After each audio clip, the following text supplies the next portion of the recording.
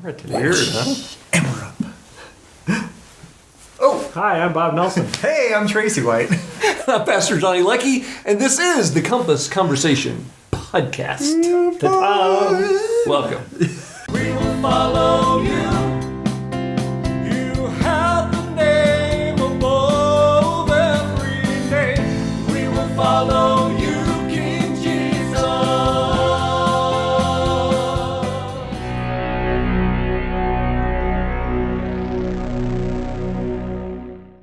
Not Morey here. It's like we forgot the kickoff. I know. It always starts with one. All right. Come on, yeah. Oh, Where's your drink, Bob? You speak first. Well, welcome everyone. Welcome to the podcast. Maury's not here. Maury's not here. My son is not here either. No. That's fun having him here last week, but It was fun. Yeah. Yeah, so your son took my brother back to Philly back to with Philly. him, right? Yeah. So, no. no, Maury had to do some work tonight. Yes, so he did. He can't be here. Work. You know, it's that thing that just hits you upside the head right after After a break. a week vacation. Well, Nearly. Yeah. nearly a week vacation. I had the week off, so Oh, I yeah, enjoyed nice. it. That's right, you did. Yeah. Well, I'm feeling kind of droopy today. I'll just start with me. How you doing, Johnny? I'm doing kind of droopy. Hey, Johnny, how you doing? Kind of droopy. Droopy dog. Yeah. That cartoon droopy dog. I remember that. Yeah. Just a little tired because we had this great visit with family, and then the weekend, which was great, and then I had to work again this morning. School stuff online. I'm just drained. I don't know, but Bob, how are you doing? Yeah. I enjoyed the weekend. And then Monday. All right. Enjoy the weekend, then Monday. That's up to now. Found a gift that was kind of appropriate as a computer punching somebody in the face. The guy just smiling. Oh, very good. Very good. No, it wasn't that bad. Once things got smoothed out. But yeah, I'm doing pretty good actually. Working on the last couple of assignments I've got on, should be done this week, I'm hoping. So Awesome. And have a couple of extra days. That'll be nice. Yeah. And haven't gotten anything back graded from the professor, even though I keep asking. Because you're approaching graduation. It's like, just give me No B's. news I don't is good care. news. How about B's or that? C's, I don't care. It's the last class. That's right. You just need to pass. That's all you gotta do. Exactly. But No, you don't practice until you get it right. You practice until you can't get it wrong. Is that how it works? C? No C. Go for the A.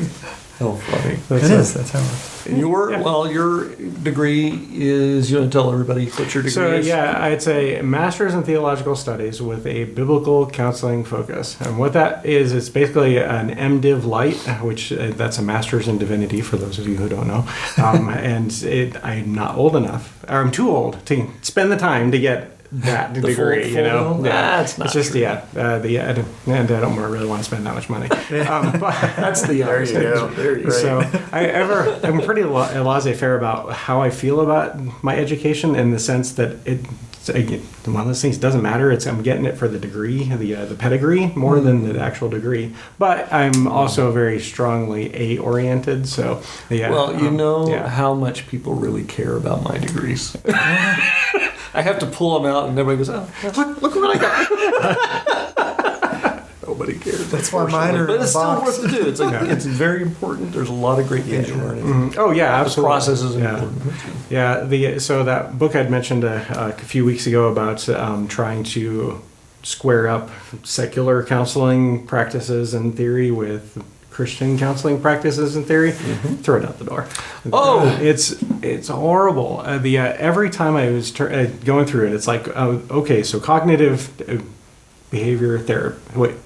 Cognitive behavior therapy. It's very popular, and there's parts of it that work really well. You're dealing with, trying to reshape people's behaviors, and with them on board with it and thinking about it, right? So, the idea works really well. but all of the background behind it, all of the philosophical and other underpinnings of it are at best agnostic. They don't care about God, but most of them are very anti-theistic. They were often set up because people hated Christianity so much. Oh wow! So it gets really That's weird, hard. isn't it? Yeah, exactly. It gets really hard. Cognitive behavioral Therapy. therapy. Yeah, very common. The name sounds great. yeah, it does. Yeah, What it but proposes to do. sounds yeah, great. exactly. So anyway, yeah, it's really tough to gel on that. That said, what it cemented as I've been going through all this in the papers and everything is that the Bible really does have everything we need foundationally to be able to counsel somebody through pretty much anything, and I mean that very literally when it comes from a mental standpoint. I'm actually trying to rethink how to think about mental illness because I'm beginning to see it not so much as mental illness as mental unfitness in the sense that I haven't worked out my brain and my emotions in a good way, so yeah. All I know is that once you have your degree, that every week you need to throw out a big word. Will do. Cognitive behavioral therapy. Yeah. That is So, think about it and change your behavior. that is really interesting. That's what Paul says, take hold of every thought, take captive every thought. Take every thought into captivity.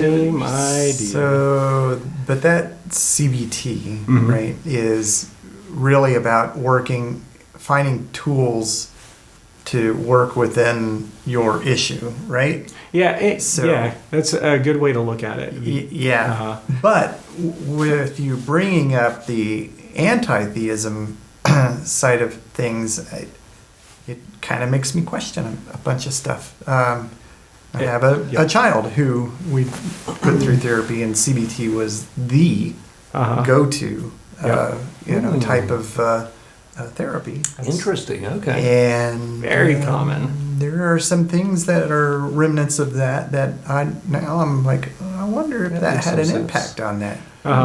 And people, when they're going through it, when they're using it, they're not thinking about any of the underlying philosophies and whatnot. So, it really depends on where the person that was doing the therapist was coming from. Well, it's a me philosophy. It's I have complete control. And that would be... toolkit. I don't have to rely on anything. that would be one of the big problems with all of them is they are very self-focused. It's a very Yeah, not God help me in this, but how do I help myself It's very in this?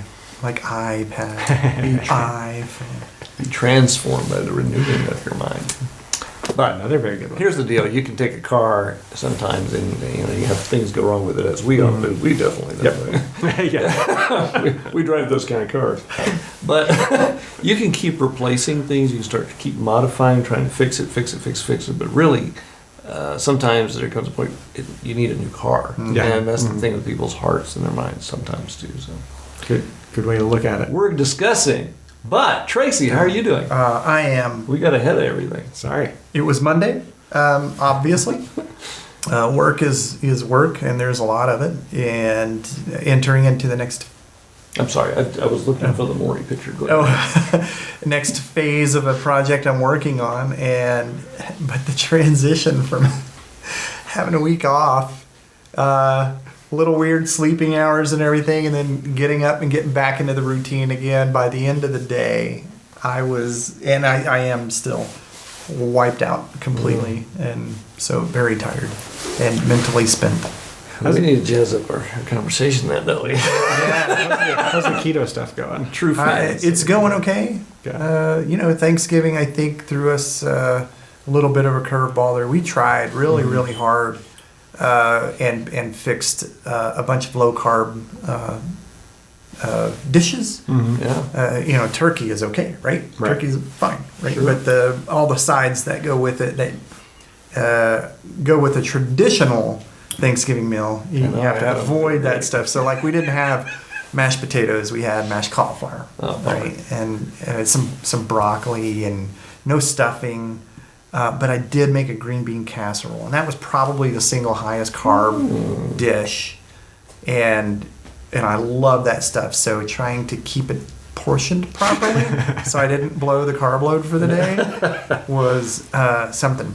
All right, but the coolest part is the desserts, right? Yeah. And so we experimented with desserts alternatives that wouldn't be too different. But dark chocolate pie, that's my thing. I love dark chocolate pie. Well, Kathy found a really great recipe. It uses stevia or erythritol, which are no carb sugar substitutes, and nailed it. Good. Yeah. Still, with everything else that goes into it, it's a little on the high end of what you want. But if you portion properly, you can stay within that budget. And Gotcha. So Thanksgiving Day, I completely blew the budget probably by 8 grams. 8 grams. Which is still well enough below Solid. they say below 50 you can stay in keto, and I was definitely below 50 for the day, but 30 is my budget. And Gotcha. so I was a little above that. So, but Cool. yeah. There's another reason I'm droopy. I'm beginning to remember and realize. Haven't had dinner yet? What's that? Haven't had dinner yet? Oh, no, that wouldn't do it. I'm drinking decaffeinated coffee. Is there a reason for that, or was It's that an a accident? cruel joke is what it is. Yeah. My son, those guys, they've started, because they drink coffee all day long, just like I do, but I don't know, it causes some sleep issues or something, so they start drinking decaf in the evening, so they're still drinking coffee. Oh. But to me, it's just like a cruel, it's a hoax. It's not real. It's fake news. It's not helping me, man. 1 cup, and that's in the morning. And apparently most of that, the wake me up part of drinking a cup of coffee is more psychological than anything else. Yeah, you can get it from an apple. Yeah. I probably had more energy. Yeah. Go figure. I do like coffee though. Yeah, And me also too. I like the caffeinated coffee as well. Yeah. But I'm trying to watch. Usually this is fake. It's the old Dean Martin trick. He was always the joke that he was like sauced all the time, but he really had apple juice. Yeah. You can't do those shows and things. Right. Drunk. So it was just a shtick he did. So often I'm here and I have like water in the cup. Yeah. Oh, my coffee. Decaffeinated coffee. But decaffeinated coffee makes me sleepy. Psychological. It's a psychological behavioral. Wait, what would you say? Oh, yeah, totally. Your brain's wired for the ways to do things. If you're drinking coffee, but it's not real coffee, your brain's going, oh, it must be getting close to bedtime. So let's start nodding That off. must be it. Yep. Well, Melanie. then maybe that's a good way to put yourself to sleep every night. Well, Just to it can't hurt. have a cup of decaffeinated Joe. I'm only kind of kidding. Because like I said, most nights I'm here with water in the cup. I'm just horsing around. All right, let's talk, man, because we've been just yabbering and wobbling along here. Weekend was fun. I enjoyed playing and singing. It was. Here on I Sunday. listened to it again today. The mix was, I thought, a little better. It's a little better. Still got some things needs to some do. work. Yeah, the voice levels were a little low. It felt like On on yours. yours. Oh, mine was, yeah. Yours was We low. talked about that. But it I was, pushed it up, but not One of enough. the mics back here was picking up, I think it was Julie, pretty well. So could be. Yeah. All the ladies, theirs were up because we rarely can hear them most of the time. gotcha. So, I'm just And adjusting I a had little bit. brought the guitar down because Michael switched to the other guitar, which had a higher output, and I think I drug it down just a much? little too much. Yeah. So you could hear it, but it was like a hint. Yeah. So, but at least it was when he didn't play, you could tell that Yeah. there was no guitar. Yeah, So without it a wasn't like so far in the background that you couldn't hear it. Yeah, that was fun. And I'm getting a little, to be honest with you, a little disappointed in my kit. What? Elisa's. Is Elisa's watching? I don't know, but if you'd like to company? come and fix this, yeah, that's Oh, no. who makes this kit. And whenever I read the reviews, I did read there was a couple of out of the thousands of reviews, a couple of people had complaints about the triggers not hitting every time that you would hit a drum, and I'm that's getting fine. that on that kick drum. What? Where I'll tap it, but it won't trigger. That's not cool. So, Oh, that's not cool. Because you sounded great, I thought. well, yeah, I mean, You made it work. it is so rare, and there's no way to duplicate it. It's not something that's being done wrong. It's just for whatever reason the trigger won't hit. It won't trigger. That's frustrating. And that's why we need to bring the acoustic kit back. Yeah. So I gotta build a cage though. There's a great solution for the mechanical problems of any kind. Get a picture of an Alesis mechanic and put it inside the kit, and it will always work. Whenever one of their technicians is there, it will work every time. That's true. They're watching. They're being watched. Dear Alesis, can I have a picture of one of your technicians just to put next to the kit so it'll trigger? If it's glaring, that would be better. Anyway, I mean for the kit and for what I paid for it, it's a pretty bargain basement kit. Already, though. It sounds good. I like it. Yeah, for our streaming purposes. Yeah, I think it's great. I do need the shield back from the school though. Okay. So at some point. Yep. Because if that's up, we can do the acoustic kit. We're going to have to coordinate that because I can't fit it in my car. I don't think. So. I can fit it in mine. Yeah, so I just it needs to be a time when I'm there. Yeah. Anytime that we are there, that I can get in, we could get it. So if I'd thought about it, even a Halloween, we could have gotten it. Oh yeah. Well, we'll talk about it. It was full already. We'll talk about it later. Yeah, we were full already. This is the druggy conversation. This is. I can tell. The message was good too, by the way. Good night, y'all. Frustrated with the message, but I'll tell you why in a minute. Because you didn't get to everything that you wanted to get to. Yeah, well, I was going to say something, but I forgot because I'm droopy. Just now I was about to say something, but I forgot what it was. Oh. You derailed me. You were frustrated with the message. It was before that. Oh, I'm sorry. I think it was just going to be this season of the year. Our viewership kind of does this a little bit for our podcast anyway, so it's only really the true. We should give you something special. I'll give it a thumbs up tomorrow. Don't worry. Yep, same. Well, we've got to give everybody listening a little something special. What could that be? What's a giveaway we could do? Well, we could talk about John's version of the feeding of the 5,000 afterwards. That's one of my favorite chapters in the Bible, by the way. Yeah. Oh, it's fantastic. I'll tell you what I was frustrated with. It's not just that I had so much more. That happens every week. Yeah. I always have more. It's that I didn't get to one of the main things I needed to get to, which is every passage of Scripture generally has one main idea going, one main truth that needs to be communicated. There's still truth to be communicated, around that idea. It doesn't make it less valid. It just may not be the main idea. For example, if we're talking about Peter walking on the water, I can also say we can face our fears, we can have faith, we can have that, but the main point of that is that Jesus is God and he's walking on the water, right? Yeah. It's more an identity. I mean, it's saying who he is. Sure.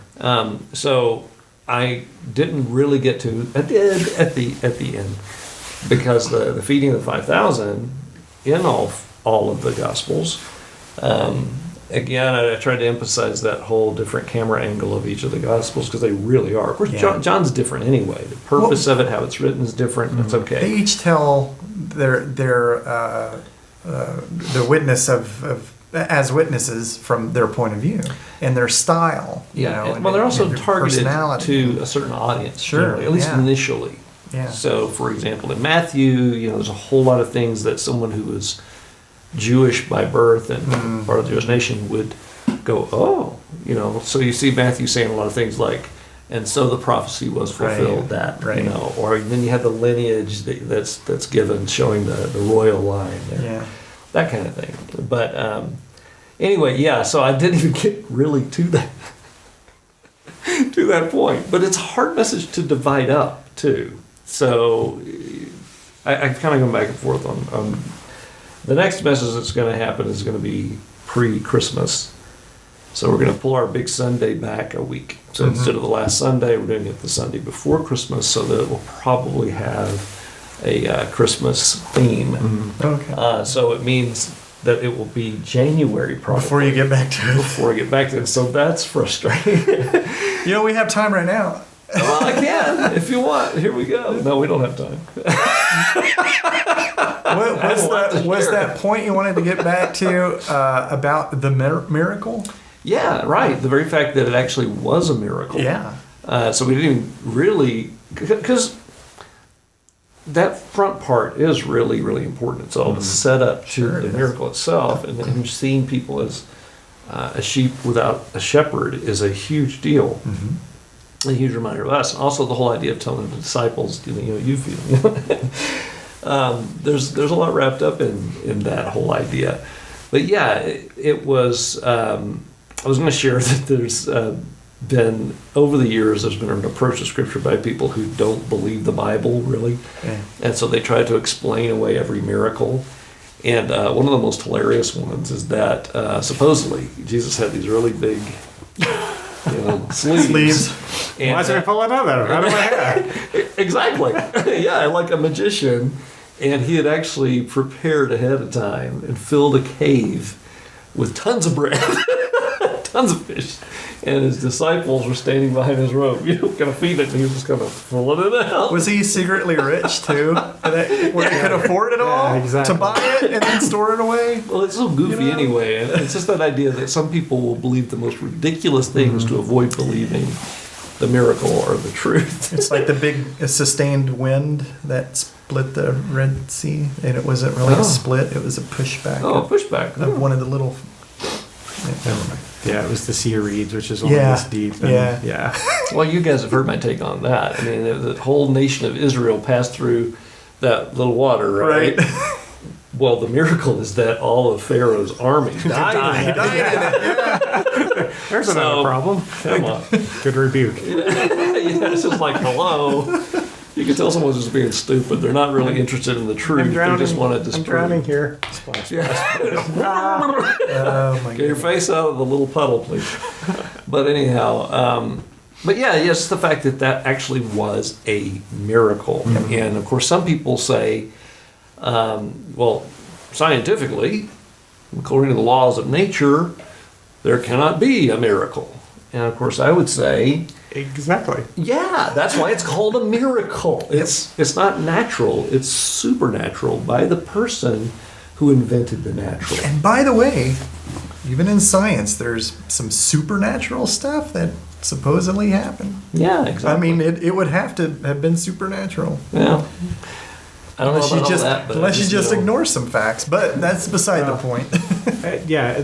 There's a book out there called "I Don't Have Enough Faith to Be an Atheist." Yeah, I love that line. And the idea is that you've got to believe in a whole bunch of crazy miracles that coincidences and stuff to believe the Big Bang got us. Yeah. That we useless stardust are here for no apparent reason. Right.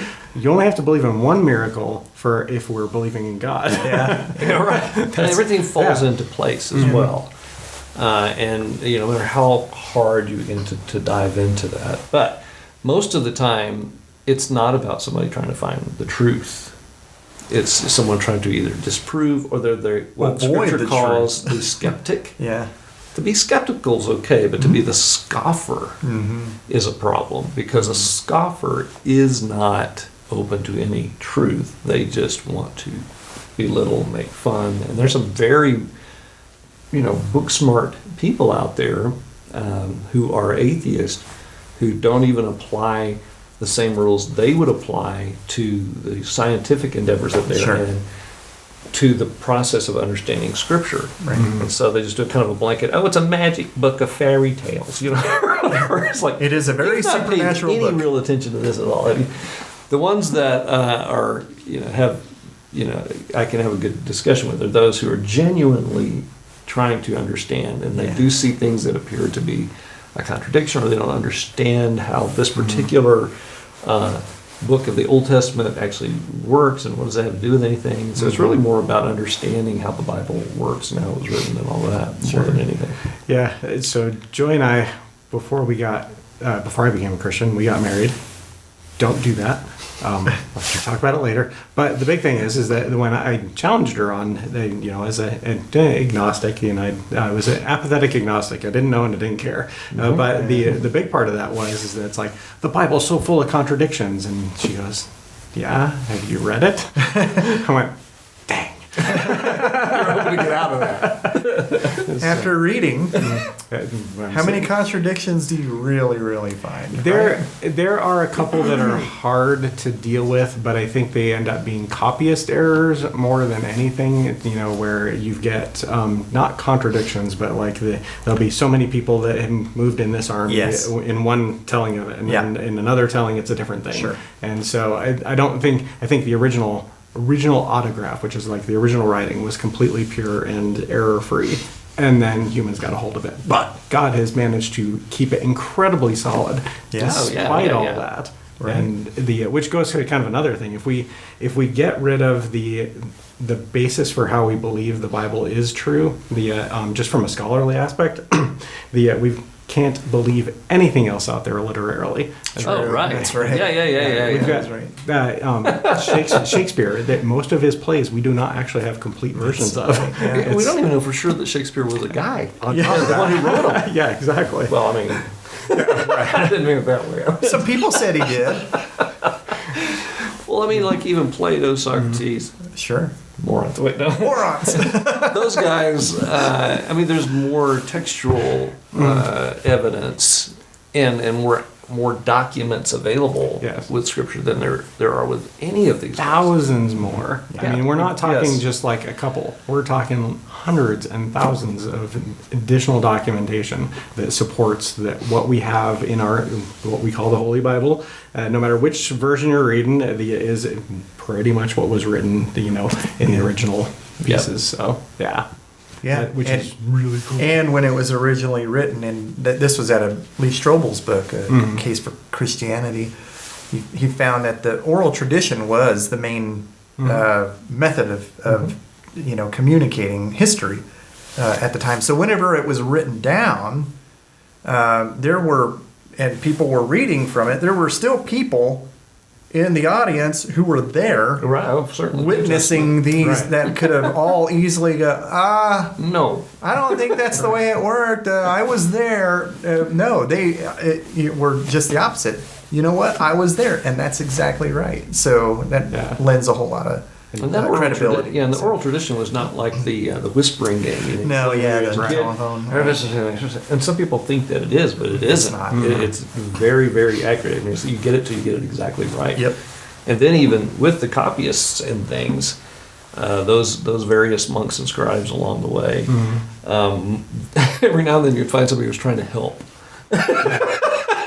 What they probably meant was, but those things have been caught and noticed, and they were taken out. I mean, that's crazy how that's the kind of cool thing about it is. Modern translations is they let you know at the end in the notes. Yeah. It's like it could be translated this way. And so which to me actually lends more veracity to it. Yeah, another big word. Absolutely. There's your word, veracity. Yeah. So give some velocity to this talk about veracity. Wait. We got speed and distance, then we got velocity. So soon we'll be at m's equals. Wait, no, MC squared. What? Equals MC squared. Yeah, I'm sorry about that. But it gives it you can compare to other translations and stuff, and you know where it's coming from, which is really to me just really awesome how God managed to preserve it despite how honestly stupid we are as humans. We are so bad about these things, but He's managed to keep it intact. And that just that alone is a miracle in itself. It is, and also that very thing that you just said. So there are some cults out there where that is not the case. Yeah. They have one thing, one guy who was somewhere who did this one thing. Yeah. That's it. Not publicly like you were just talking about. It was one guy in a cave or looking in a hat. And through some special spectacles. Yeah, and even on those we know that like Joseph Smith, he copied. There were several other versions of it before they got to where they're at now. Yeah, it's and again, not one author, multiple authors, thousands of years, and that there is a thread of unity from Genesis to Revelation. I mean, it is astounding. I mean, no matter what Yeah. you think about, if you think that the Bible is just a simplistic fairy tale book or whatever, I can already tell you're ignorant. I don't care how educated you are, but you're absolutely ignorant about the Bible. I would agree. Yep. Tagline: You are ignorant. So I would give I you would the not have same you challenge ignorant. my wife did. Read it. Read it. And read it in something that's readable. I would say that as well. Yeah. True. Yeah, the King James version is awesome in a lot of ways because it has some really pretty language. But no, It's a hard read. Don't start there. Yeah. Yeah, don't start with. You'll have to keep going back to look up things, Right. words every time. Well, anyway, I'm not sure how we got off on that. but I'm glad we All of did. that to say, the miracle was real. It was real. Yes. supernatural. It was recorded properly, Right. and it remains true today. Yes. So People were there to say no, that didn't happen, or Right. yes, it did happen. That's Well, right. And apparently, at least from the record that we have from this gospel itself, the gospels themselves, the people who were there, they were full, satisfied, and then some of them were following Jesus just because they were looking for the next meal. I mean, it's like one of those deals where it's like, oh no, he did. I'm not sure I buy into this, I don't know but who he is. he's feeding people. But this guy is Mr. Wonder Bread, right? That's where the second half of John 6. So, Where's Sorry. the wine? We got the water, but we don't have the wine.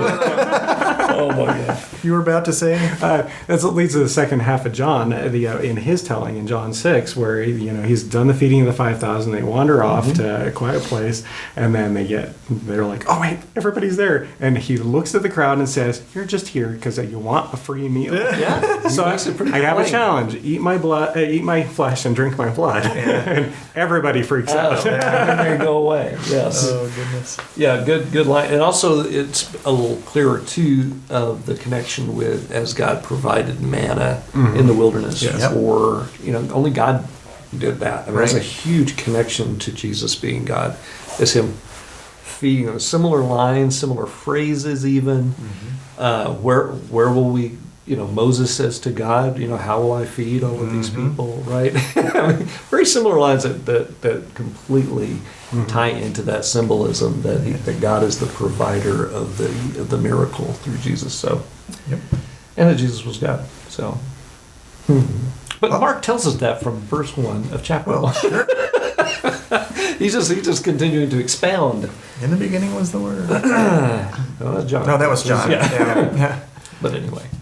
All of this talking about all these tangents we went on, we've actually eaten our time. So Oh, then let me just say this really fast. And that is just that, because Morey is not here, it reminds us of John 3:16. yes, That's where I thought you were You were about going. to say that. And John 3:16 is, for God so loved the world that he gave his one and only Son, that whosoever believeth in him will not perish, but have everlasting life. And so that is John 3:16. It's why God loved us, why he came to this world. And I wanted to throw that out there.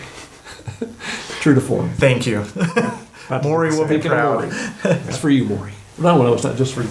But all right, so we're out of time, is what you're saying. All right. That eternal life, that's the, our grandmother died this last Saturday. But the faith that our family has in that very thing right there. Yeah. And knowing that our grandmother is living eternally right now in perfect health, in perfect joy and perfect peace. Yes. And wrapped in the perfect love of God. To paraphrase Is- Paul, she took off amazing. the perishable and put on the imperishable. That's exactly right. Yeah. Yep. Exactly. My uncle, you read the post, right? That my uncle said, without looking it up. Yeah. I know I Basically, butchered that it. death, no sting. Yeah. No sting. That she, moved out of this physical life and went on. So, anyway, It's awesome. it's that love. Yep. Yeah, it's the love of God. It's made that possible. We all have that wonderful hope. We're all going to live forever somewhere, Yes. either apart from God or with God. And so he's made it possible for us to be with him. I think it sounds a little better, maybe some cooler temperatures up in heaven. Well, we'll just move from there because we're out of time. And And Tracy's going off rails. Oh, yeah. But accurate, but off rails. Anyhow, you're welcome to join us every Sunday. We gather online, at least online or somewhere, every Sunday at 10 o'clock. And you are welcome to be our guest this Sunday. You can find more information at compassdenver.com, or you can join us live on Facebook, Compass Church Colorado. All right, guys, final words. I love you guys. Thanks for being here. I love everybody out there as well. Likewise. Peace out. That was Morey. Morey's doing the peace out. Peace out. Peace out. Morey talks like this. Morey's Mickey Mouse. Peace out. Grace and peace to you. That's all we have for tonight, and we're way out.